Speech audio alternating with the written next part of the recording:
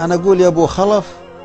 مات الهوى عقب ما كان حي يغذنه ليال المرابيع اليمال عربانا على أطراف عربان وبأطرافهم جال الطوارف تناشيع، واللي حصل عقب المرابيع مقطان وتقاطروا فوق الركايا المفاريع اللي قطبت عدن من الريف طربان سمر البيوت اللي تسدت ترابيع الجانب الشرقي خوالد ومطران والجانب الغربي على حرب وسبيع ويرده من المندى دواشر وعتبان ومن كل بد للوسيمة تنويع بداية دمعها شقة كل والهان خمس المثاني لابسات الدراريع بنات بدو حوز غزلان نهب القلوب ومخيبات الطماميع ومن كان في قلبه للأشواق ميدان يلقى مجال يشتري فيه ويبيع لعرضة شقرا سما مطرق البان تلفح جدايلها هبوب الذعاذيع ما دونها حاجز حوامي وجدران هيبات أهلها عن حماها موانيع والحب تاثيره على القلب سلطان جاير ولا راعيه للعدل بمطيع وأول مداخيله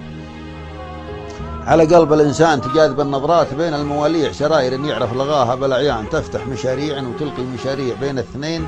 اللي لهم في الهواشان ما هم بخالين العقول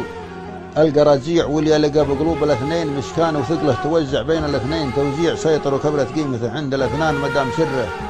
ما عبث به ولا ذيع والغرابيله اليمن الأضعان راح تقسم وكل الناس انعطت ريع وتفرقوا من عقب ما هم بجيران اليشيف للنجم الجنوبي تلاميع نياتهم راحت من العد شتان وكل على فاله يذب المخاويع ومن كان مقرون مع البدو بقران أمسى على سبده جديد المراجيع واصبح يعدي في نبا كل مزبان جسمه معافى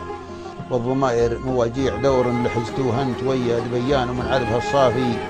خذيت قراطيع يوم لونه ما تغير ولا شان ولا دنس ثوبه عيال الجرابيع عشق على وضح النقمال ثمان مطامع عليا وعفه وترفيع واليوم يوم الناس هانوه وانهان اللي مطامعهم وضيع المواضيع ناس يحسبون الهوى لعب ورعان دايم على ارقام الهواتف مدانيع خلوه اللي جاينا اليوم نشطان وده يسوع لنا القاتل.